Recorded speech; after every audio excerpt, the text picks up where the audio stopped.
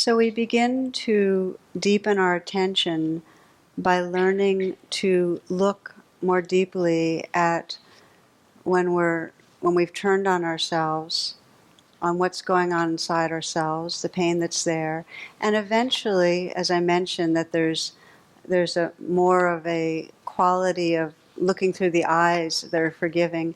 We begin to look at others and see past that narrow aperture of what's wrong with them. I love this little essay by Alan Wallace, and I wanted to share this with you. I've been moving papers to find it here. He says, imagine walking along a sidewalk with your arms full of groceries, and someone roughly bumps into you so that you fall and your groceries are strewn all over the ground.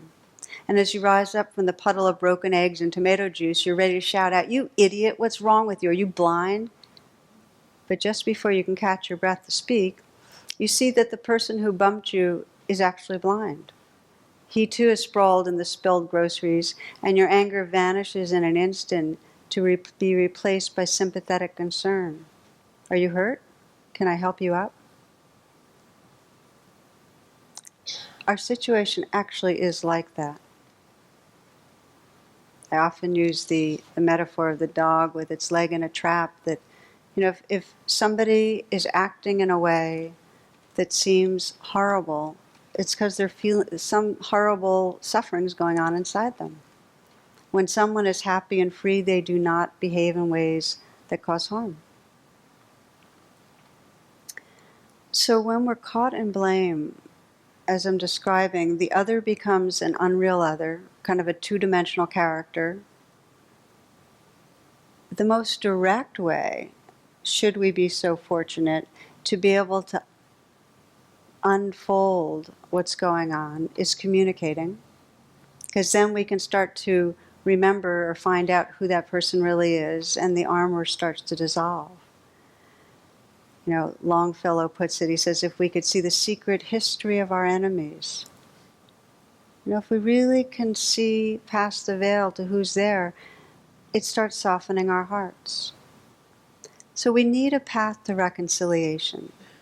And sometimes the path is outward, where we get to communicate and find out who the other is. But often we don't have that opportunity. And that's when we need these practices of forgiveness, where we work bringing compassion to where the hurt is in us, and then look through eyes that see more truly to the vulnerability in others.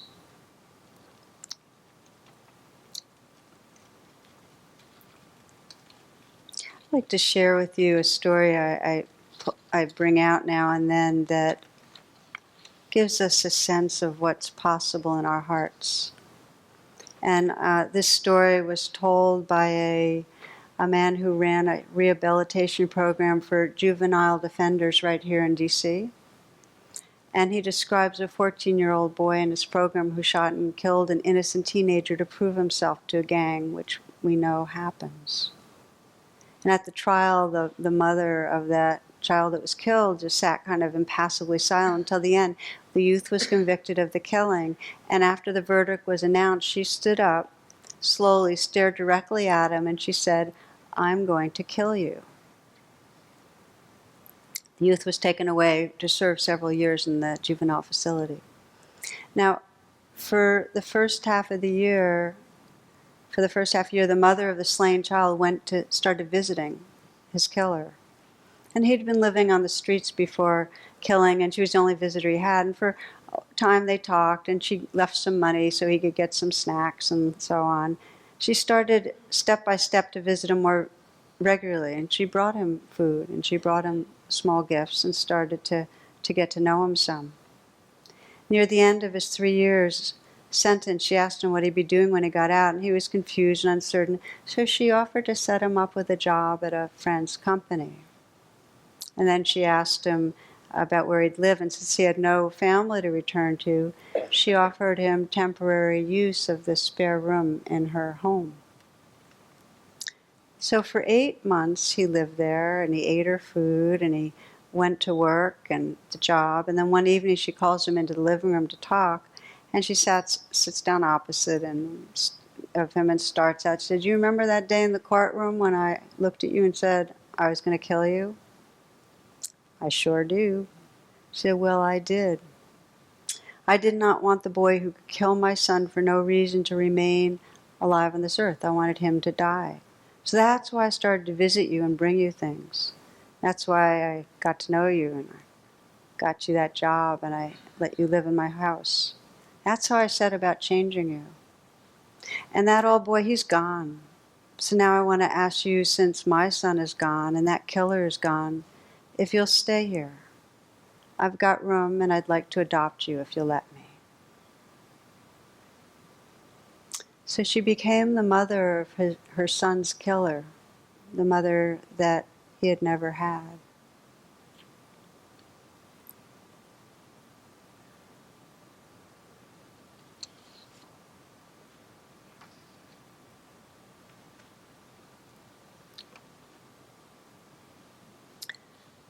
When I share that story, it's not with the intent of saying, well, we should be able to do that. Okay? I just want to make that clear because I hear that story and every time it's to imagine and having a son. It doesn't matter if you have a child or not, to imagine losing someone like that. Could we do that? We don't have to ask that question. It's more to sense that we have this possibility in our heart of experiencing huge, huge loss, going to the kingdom of Lord Yama, experiencing the worst, and discovering in the midst of it that quality of presence that can remember who we are and remember who another is and respond to that remembrance. That's a possibility. It's what this evolution of consciousness is about. We can move from fight-flight to attend and befriend. And as I mentioned, sometimes it's quick and sometimes it takes a while. And it feels important to say that for many of us with the deep wounds, it really is gradual. And the forgiving is not a one-shot. It's like we have to go through many, many rounds. Sometimes we're living with somebody who keeps on setting us off to that place where we feel victimized and hurt, and we have to keep on going back to being with that and holding with kindness and remembering again who that other person is 10,000 times. And we stay because there's something in the container and in the relationship that's worth it. Often the wounds are so deep that it's not possible to do the process alone. To try to stay with the pain is too much trauma, and we need the support of a healer, a teacher, a therapist. Even then, this shift from fight-flight to attend and befriend is our capacity. This is what the evolution of consciousness is about. And it's not because we can will it, but it's because we can sense out of wisdom that we're not free as long as we're caught in blame, and simply intend to forgive. If you leave tonight's reflection with just a little more awakeness around that intention, the door to the heart is opening. The light can shine through. So let's practice together. Let's do and maybe, because this is going to be about a 10-minute meditation, if you want to move, take 30 seconds to move, stretch, whatever will help you, and then sit down and really let yourself enter the practice.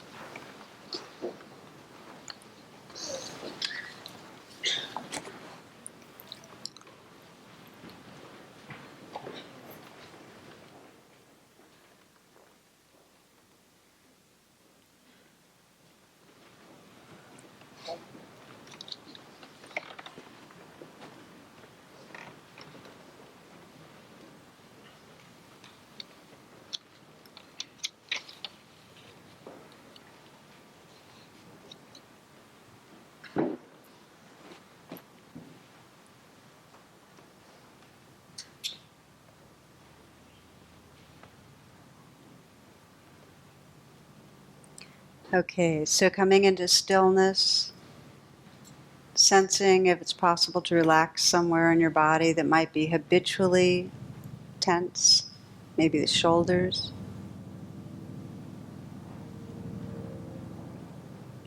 the hands, from the belly.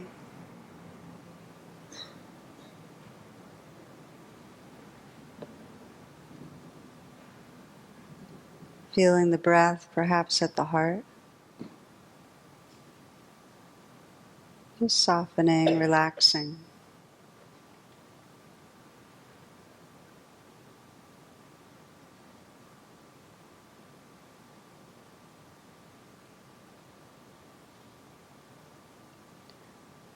So we begin by extending forgiveness or compassion to ourselves, and just to notice if there's somewhere right now in your life that you're very aware of being at war with yourself, or in some way creating separation, in some way aiming blame or resentment or judgment.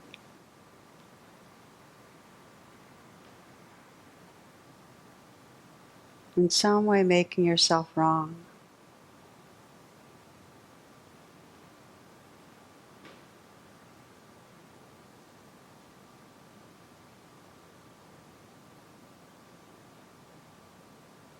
And you might take some moments to investigate a little and sense, just as in the story Alan Wallace describes, that, when we are blaming ourselves for stumbling around in some way, it's because some place in us is hurting or blind or unable to do better. So you might just sense whatever you're blaming yourself for, the hurt or fear or confusion that might be causing it, that's really just happening. It's not something that you can control.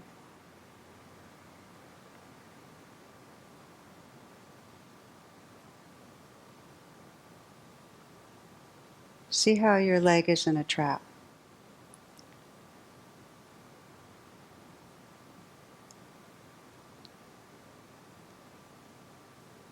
It helps to actually loosen the trap just by seeing it and by feeling some tenderness to your own being.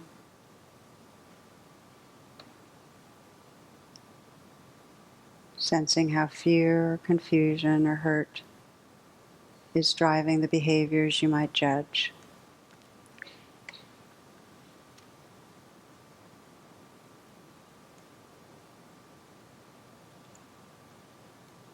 And then just having the intention to regard yourself with compassion and forgiveness.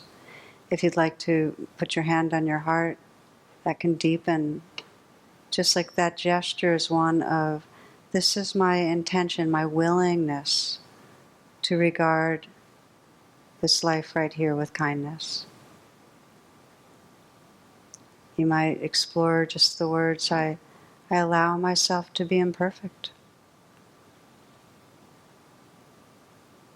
Sensing that this body and nervous system belong to nature and are designed to react the way they react. I allow myself to be imperfect. I allow myself to make mistakes. I allow myself to be a learner, still learning life's lessons. I forgive myself. And if I cannot forgive myself now, may I forgive myself sometime in the future.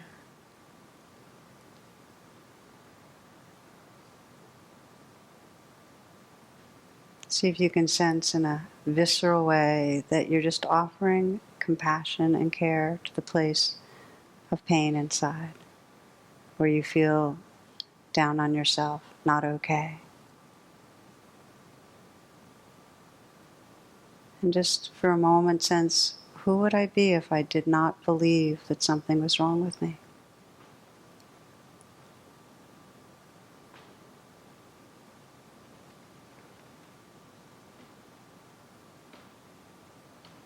Try that out. Who would I be if I didn't believe something was wrong with me?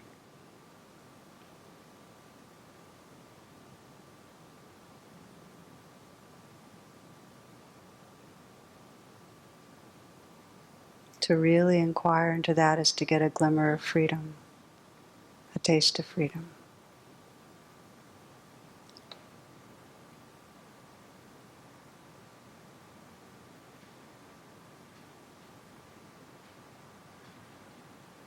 And we open the attention to someone who's caused harm to you. And take your time and sense, and pick somewhere, again, I wouldn't pick something that has a lot of trauma to it, but where you feel that you're not able to forgive, you're feeling angry, hurt, victimized, resentful.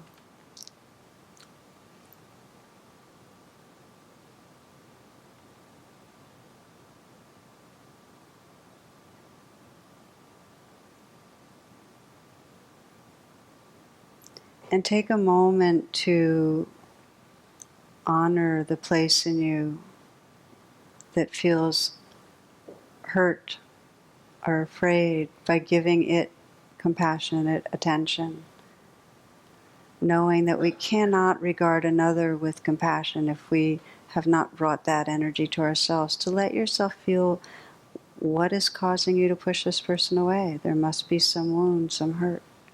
And again, the hand on the heart is a message of, I'm here, I'm willing to touch and feel and bring kindness to this place of hurt.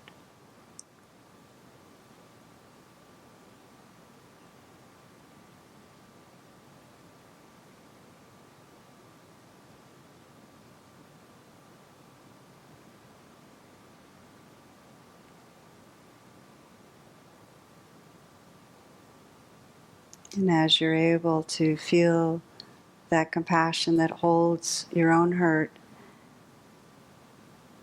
to feel it and to sense you can look through the eyes of compassion at the other. Just as I allow myself to be imperfect, so I allow you to be imperfect. Seeing how that person has their leg in a trap, how that person's operating out of fear, hurt, confusion. Just as I allow myself to be imperfect, so I allow you to be imperfect. I allow you also to make mistakes.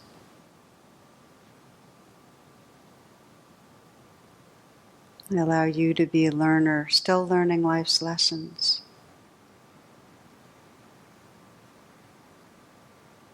I forgive you, or if I cannot forgive you now, it's my intention to forgive you when I can.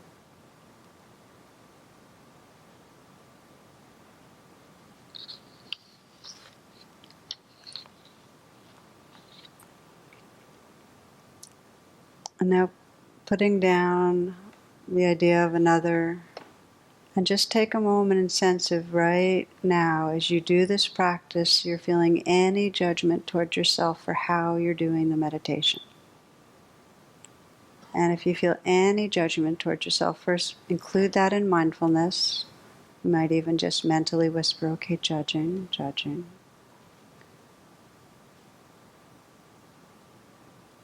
And then let your intention be to let go, to hold with kindness your own process. Just to honor that it's a natural, organic process that happens at its own pace, and that your intention is towards a forgiving heart. Trusting that the intention alone opens the door to freedom.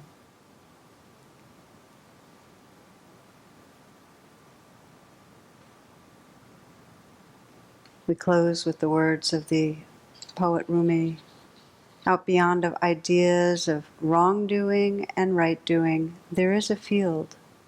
I'll meet you there. Out beyond ideas of wrongdoing and right doing, there is a field. I'll meet you there. When the soul lies down in that grass, the world is too full to talk about. Ideas, language, even the phrase each other doesn't make any sense.